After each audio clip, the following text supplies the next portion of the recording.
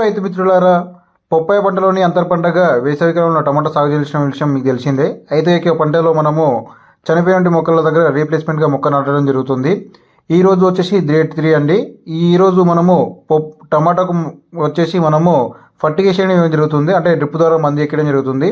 మనం తీసుకున్న కెమికల్స్ వచ్చేసి 19 అదేవిధంగా హ్యూమికేషన్ అనే మందు తీసుకోవడం జరిగింది. 19 నత్రజని శాతం 19%, పొటాష్ శాతం 19, భాస్వరం శాతం 19. మనము హ్యూమికేషన్ అనే మందును కాంబినేషన్గా ఎందుకు ఇస్తున్నామంటే, హ్యూమికేషన్ అనే మందు మనకు మొక్కలకు కావాల్సినటువంటి హార్మోన్స్ కానీ మరియు సూక్ష్మ పోషకాలు కానీ మొక్కకు తొందరగా అందేయడానికి బాగా కీ రోల్ అనేది పనిచేయడం జరుగుతుంది. అదేవిధంగా మొక్కకు యొక్క వేరు వ్యవస్థను బాగా అభివృద్ధి చెందడానికి హ్యూమికేషన్ అనేది బాగా పనిచేస్తుంది.